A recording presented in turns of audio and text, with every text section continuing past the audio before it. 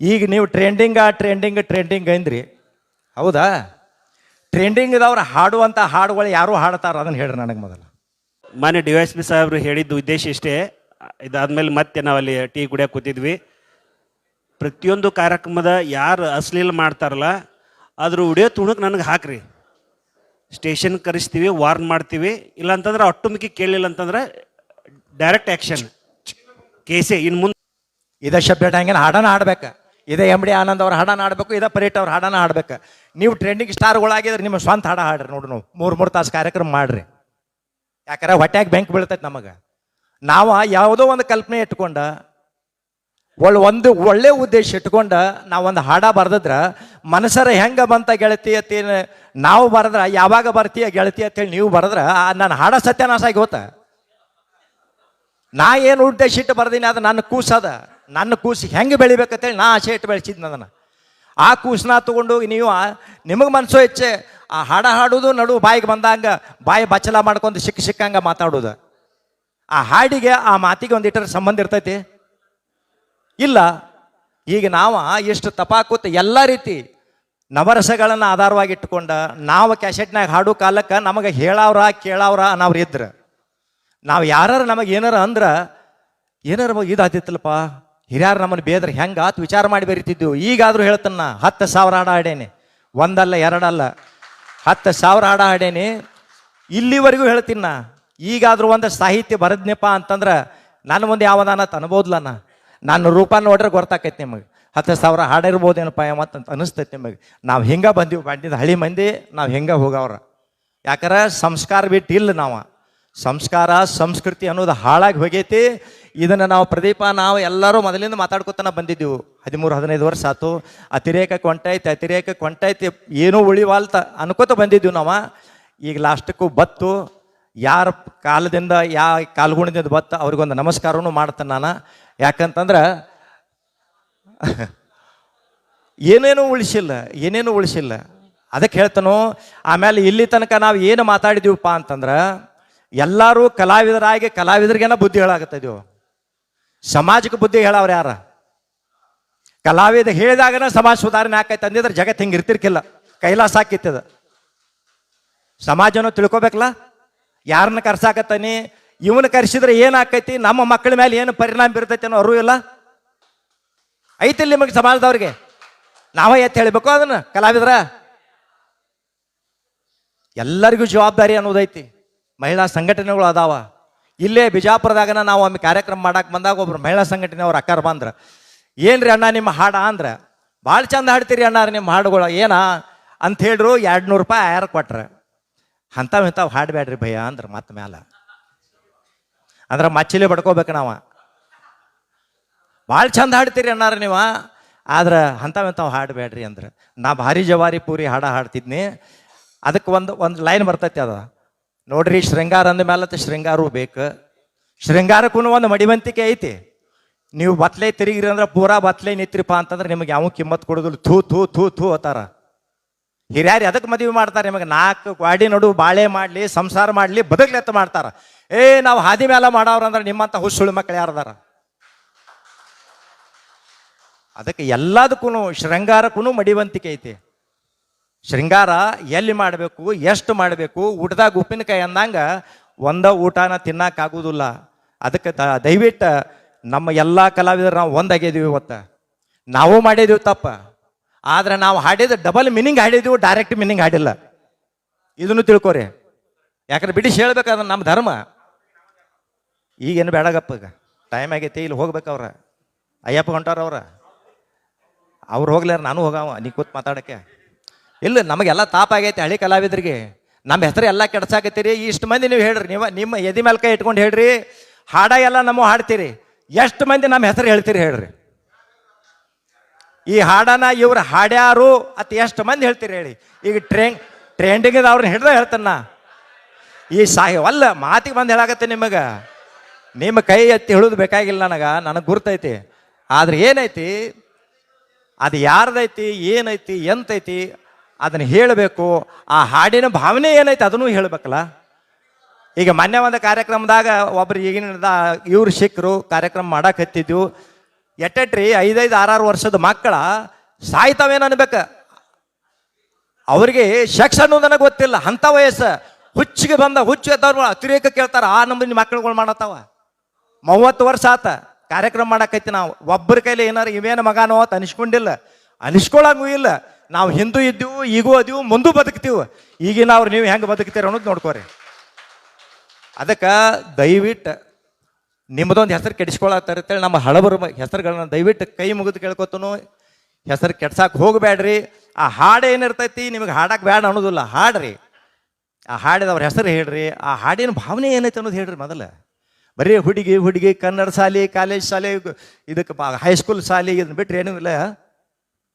ಪ್ರತಿಯೊಂದು ಹಾಡ ಮಾಡಿದ್ದೀವಿ. ಈಗ ನಾವ ಮಾನ್ಯ ಈಗ ನಮ್ಮ ಸಂಬಂಧಗಳು ಹೆಂಗದಾವ ನೋಡ್ರಿ. ಇಲ್ಲಿ ನನಗಿಂತ ದೊಡ್ಡವ್ರ, ನನಗೆ ಅವರ ಭಯ್ಯ ಆತಾರ, ಅಣ್ಣ ಆತಾರೋ, ನಾ ಅವ್ರಿಗೆ ತಮ್ಮ ಆತನ. ಅಂದ್ರೆ ಕಲಾವಿದರೊಳಗೂ ಈ ಭಾವನೆಗಳು ಬೇಕು. ನಿಮಗೆ ನಾವು ಮರ್ಯಾದೆ ಕೊಡ್ಬೇಕು, ನಮಗೂ ನೀವು ಕೊಡ್ಬೇಕು. ಇದ ಕಡಿಮೆ ಆಗೈತಿ. ಈಗ ನಾನು ಬಂದುಬಿಟ್ಟೈತೆ, ನಾ ಅನ್ನೋದು ನಾಶನ ಮಾಡ್ತೈತೆ, ಕರೆ ಯಾರನ್ನೂ ಉದ್ಧಾರ ಮಾಡೋದಿಲ್ಲ. ಅದಕ್ಕೆ ಈ ವೇದಿಕೆ ಮುಖಾಂತರ ನಮ್ಮ DYSP ಸಾಹೇಬರು ಭಾಳ ಚಂದ ಮಾತಾಡ್ರು. ಯಾಕಂದ್ರೆ ಅವರ ಅಧ್ಯಯನ, ಅವರ ಜ್ಞಾನ, ಅವರ ಒಂದೊಂದು ನುಡಿ ಅಕ್ಷರಶಃ ನಾವು ಎಲ್ಲರೂ ಕಲ್ಕೋಬೇಕು. ಅದಕ್ಕೆ ನಾವು ಕಲಾವಿದರ ಪರವಾಗಿ ಸಮಾಜಕ್ಕೆ ಕಳಕಳಿಯಿಂದ ಬೇಡ್ಕೊತನು, ನೀವು ಸುಧಾರಿಸ್ರಿ. ಜನ ಮರಳು ಜಾತ್ರೆ ಮರಳು ಅಂದಂಗೆ ಮಾಡಕ್ಕೆ ಹೋಗಬೇಡ್ರಿ. ಯಾಕಂದ್ರೆ ಒಬ್ಬ ಕಲಾವಿದ ತಾನ ಬೆಳೆದಿಲ್ಲ. ನೀವು ಮುಂದೆ ಕೂತು ಚಪ್ಪಾಳೆ ಬರದಾಗ, ನೀವು ಆಯಾರ ಕೊಟ್ಟಾಗ, ನೀವು ಹುಚ್ಚದು ಕುಣದಾಗನ ಕಲಾವಿದ ಬೆಳೆದಿರ್ತಾನ. ಆದ್ರೆ ಅವ ಮಾಡಾಕತ್ತಿದ್ದು ಏನೈತಿ ಅನ್ನೋದು ನೀವು ನೋಡ್ರಿ. ಯಾಕಂದ್ರೆ ನಿಮ್ಮ ಮನೆಯವ್ರವರು ಅವ್ರಿಗೆ ಬಂದಿರ್ತಾರೆ ಕಾರ್ಯಕ್ರಮ ನೋಡ್ರಾಕ. ದಯವಿಟ್ಟು ಸಮಾಜಕ್ಕೆ ಇದೊಂದು ಕಳಕಳಿ ವಿನಂತಿ ಐತಿ. ಈಗ ಅದಾನೆ ಇಲ್ಲಿ ಪುಂಡ್ಲಿಕ್ ಅದಾನ ನಮ್ಮ ಹನುಮಂತ ಲಮಾನಿ, ಬೇರೆ ಹಾಡ ಆಡುವುದಲ್ಲ. ಅವ ತತ್ವದ ಸಂದೇಶ ಇದ್ರೆ ಅಷ್ಟ ಹಾಡ್ತಾನ. ಆತ್ಮಸಾಕ್ಷಿ ಅನ್ನೋದೊಂದು ಐತಿ, ಅದು ಸಾಯಬಾರ್ದ. ಆತ್ಮಸಾಕ್ಷಿ ಸಾಯ್ತು ನೀವು ಸತಾಂಗನ. ಅದಕ್ಕೆ ಈ ಒಂದು ಒಳ್ಳೆಯ ಸಂಘಟನೆ ಐತಿ. ಶಕ್ತಿಕುಮಾರ್ ಮಾಡಿದಾನ, ಎಲ್ಲ ತಂಡ ಮಾಡೈತೆ. ಇದ್ರೊಳಗಿನ ಹೊಸಬ್ರು ಸೇರಿಸ್ಕೊಡ್ರಿ. ಕಲಾವಿದರು ನಿಮ್ಮ ಮನಸ್ತಾಪಗಳನ್ನು ದೂರ ಮಾಡ್ಕೋರಿ. ಮುಂದಾಗಿ ನಿಂತು ಯಾರ್ಯಾರು ನೀವು ಮಾಡೋರು ಇರ್ತೀರಿ ಎಲ್ಲರಿಗೂ ನಾವು ಬೆನ್ನೆಲುವಾಗಿ ನಿಲ್ತೀವಿ. ನೀವೆಲ್ಲಿ ಬೆಂಗಳೂರಲ್ರಿ, ದಿಲ್ಲಿಗೆ ಅಲ್ರಿ, ನೀವು ಎಲ್ಲಿ ಕರೆದ್ರು ನಾವು ಬರ್ತೀವಿ. ನೀವು ಹೇಳಿದಂಗೆ ಯಾರು ರೊಕ್ಕ ಕೊಡೋದು ಬೇಡ, ನಾವ ಸ್ವಂತ ಖರ್ಚು ಮಾಡಿ ನಾವು ಬರ್ತೀವಿ. ಯಾಕಂದ್ರೆ ನಮ್ಮ ಹೆಸರು ಸೋದಕ್ಕೆ ಅಳಗಾಲಾಗಿ ಹೊಂಟಾವು. ಅದಕ್ಕೆ ಇನ್ನು ಈ ಸಂಘಟನೆ ಮುಖಾಂತರ ಒಳ್ಳೆ ಸಂದೇಶಗಳು ಹೋಗ್ಯಾವ. ನಾನು ಏನಾದರೂ ಶಿಟ್ಟಿಗೆ ಅದು ಯಾರಿಗಾರ ಮಾತಾಡಿದ್ನಪ್ಪ ಅಂದ್ರೆ ದಯವಿಟ್ಟು ನನಗೆ ಕ್ಷಮಿಸ್ರಿ ಅಂಥೇಳಿ ಕೇಳ್ಕೊಂತ ಈ ಒಳ್ಳೆ ಕಾರ್ಯ ನಡೆದದ. ಅಪ್ಪನ ಈ ಶರಣರ ನಾಡಿನೊಳಗೆ ಒಳ್ಳೆಯ ಕೆಲಸ ಆಗ್ಯದ, ನಡೆದದ. ಈ ಕಾರ್ಯ ಗುರಿ ಮುಟ್ಟು ತನಕ ಹಿಂಗೆ ಇರಲಿ, ಎಲ್ಲರೊಳಗೆ ಒಕ್ಕಟ್ಟಿರಲಿ, ಈ ಸಂಘಟನೆಗೆ ಶುಭ ಆಗಲಿ ಅಂತ ಹೇಳ್ಕೊಂತ ನನ್ನ 2 ಮಾತಿಗೆ ಮಂಗಳ ಹಾಡ್ತೀನಿ. ಜೈ ಹಿಂದ್, ಜೈ ಕರ್ನಾಟಕ. ಆತ್ಮೀಯರೇ,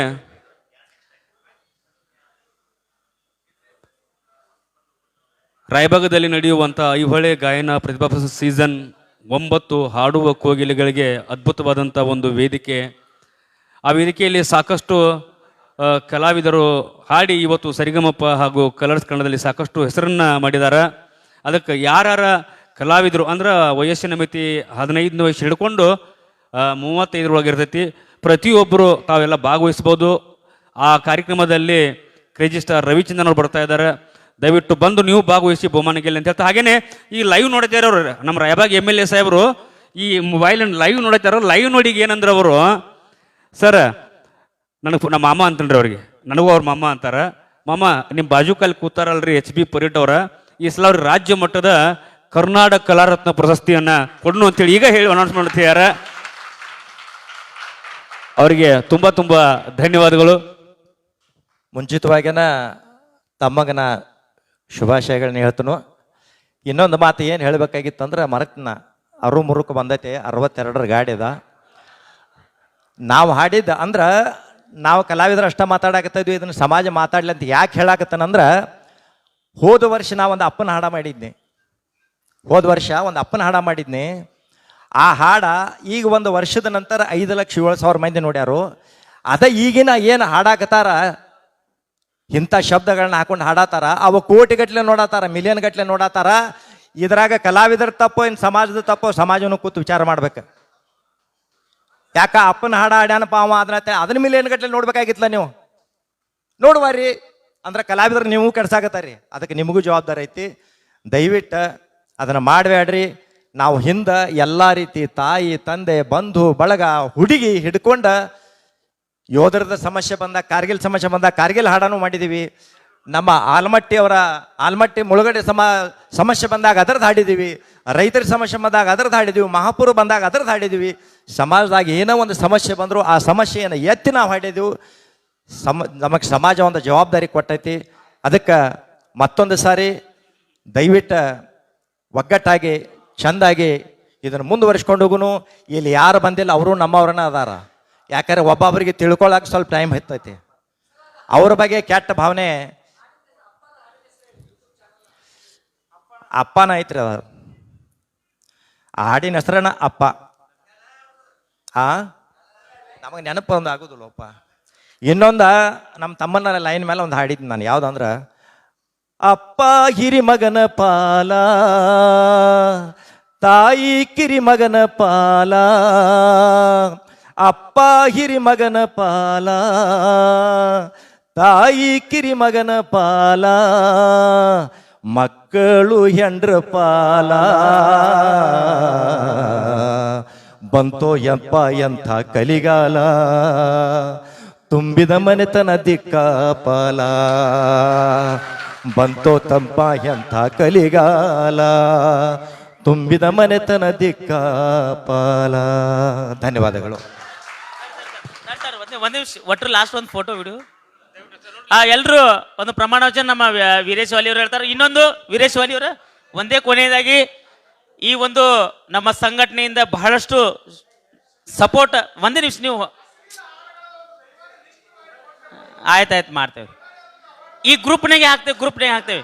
ಈ ಒಂದು ಸಂಘಟನೆ ಕಟ್ಟಬೇಕಂದ್ರೆ ನಮ್ಮ ವೀರೇಶ್ ವಾಲಿ ಅವರು, ನಮ್ಮ ಸಿದ್ಧಾರ್ಥ ಬೈಚಬಾಳ, ದೇವು, ಸುನೀಲ, ಪ್ರಕಾಶ್ ಮಠ್ ಅವರು ಎಲ್ರಿಗಿಂತ ಬಹಳಷ್ಟು ಶ್ರಮ ಪಟ್ಟಾರ. ಅವ್ರಿಗೂ ಸ್ವಲ್ಪ ಜೋರಾಗಿ ಚಪ್ಪಾಳೆ. ಯಾಕಂದ್ರೆ ಯಾವಾಗಿದ್ರು ನಾವು ಕರೆದ್ರು ಬಂದು ಅವರು ಜೊತೆಯಾಗಿ ನಿಂತಾರ. ಸಾಗರ್ ಬಲು ನಿಂತಾರ, ಸಾಗರ್ ಬಾಳ್ ನಿಂತಾರ, ಸಾಗರ್ ನಿಂತಾರ. ಯಾಕಂದ್ರೆ ಅದಕ್ಕೆ ಈಗ ಒಂದು ಕೊನೆಯದಾಗಿ ಹೇಳ್ತೀನಿ. ಸಾಗರ್ ಈಗರ ತೃಪ್ತಿ ತಂತ ನಿಮ್ಗೆ? ಕರೆಕ್ಟಾ? ಓಕೆ. ಈಗ ಈ ವೀರೇಶ್ ಅವ್ರು ಹೇಳಿದ್ರು, ಈ ನಮ್ಮ ಸಂಘಟನೆಗೆ ಸೇರ್ಬೇಕಂದ್ರೆ ಯಾರ್ದು ಒತ್ತಾಯ ಇಲ್ಲ, ನೀವು ಸ್ವಯಂ ಪ್ರೇರಿತವಾಗಿ ಬರ್ಬೋದು. ಏನಪ್ಪ ಅದೇನು ಮಾಡಿದ್ರು ಅನ್ನಂಗಿಲ್ಲ. ನಿಮ್ಗೆ ಯಾರು ಸ್ವಯಂ ಪ್ರೇರಿತವಾಗಿ ನೀವು ಯಾರು ಸಂಘಟನೆದಾಗ ಹೆಸರು ಪಡಿಸಿರಲ್ಲ, ನಿಮ್ಗೆ ಅಡ್ಮಿನ್ ಮಾಡ್ತೇವೆ, ನೀವು ಆಗ್ರಿ. ಈ ಒಂದು ಸಂಘಟನೆ ಬಲಿಷ್ಠ ಆಗಿ ಆಮೇಲೆ ಮುಂದೆ ಬೆಂಗಳೂರು ಮಟ್ಟಕ್ಕೂ ಹೋಗಿ ನಾವು ಹೋರಾಟ ಮಾಡುವಂಥ ಕೆಲಸ ಮಾಡೋಣ ಅಂತೇಳಿ ಈಗ ಒಂದು ಪ್ರತಿಜ್ಞಾ ವಿಧಿ ಎಲ್ಲರೂ ಎದ್ದಿತ್ತು ಪ್ರತಿಜ್ಞೆ ತಗೋಬೇಕು. ನಮ್ಮ ವೀರೇಶ್ ವಾಲಿ ಅವ್ರು ಹೇಳ್ತಾರ. ಈಗ ಈ ಪ್ರತಿಜ್ಞೆ ವಿಧಿ ಬೋಧಿಸಕ್ಕಿಂತ ಪೂರ್ವದೊಳಗೆ ಈಗೇನು ಬಂದಿರಲ್ಲ ಎಲ್ಲರದೊಂದು ಗ್ರೂಪ್ ಮಾಡುತ್ತಾ. ನೀವೇನು ಮಾಡ್ಬೇಕಾಗಿಲ್ಲ, ರಿಪೋರ್ಟ್ ಹೊಡಿಯೋದು ಒಂದೇ ಕೆಲಸ ಮಾಡ್ರಿ. ಒಂದು ಅದು ಸಜೆಷನ್ ಬರೆದು ಹಾಕ್ತೀವಿ, ರಿಪೋರ್ಟ್ ಹೊಡಿದು ಹಾಡು ಡಿಲೀಟ್ ಮಾಡಿಸೋದು, ರಿಪೋರ್ಟ್ ಹೊಡಿದು ಹಾಡು ಎಲ್ಲಿ ಹೆಂಗೆ ಓಡ್ತಾವೆ ನೋಡುನು, ಎಲ್ಲ ಡಮ್ ಮಾಡಿಸ್ತೀವಿ ಮ್ಯಾಗ. DSP ಸರ್ ಹೋಗುವತ್ನ್ಯಾಗ ಸೈಲೆನ್ಸ್ ಪ್ಲೀಸ್. ಬರ್ರಿ ಸರ್, ಬರ್ರಿ ದಯವಿಟ್ಟು. ಎಲ್ಲರೂ ಈ ಕಡೆ ಲಕ್ಷ ಕೊಡ್ರಿ.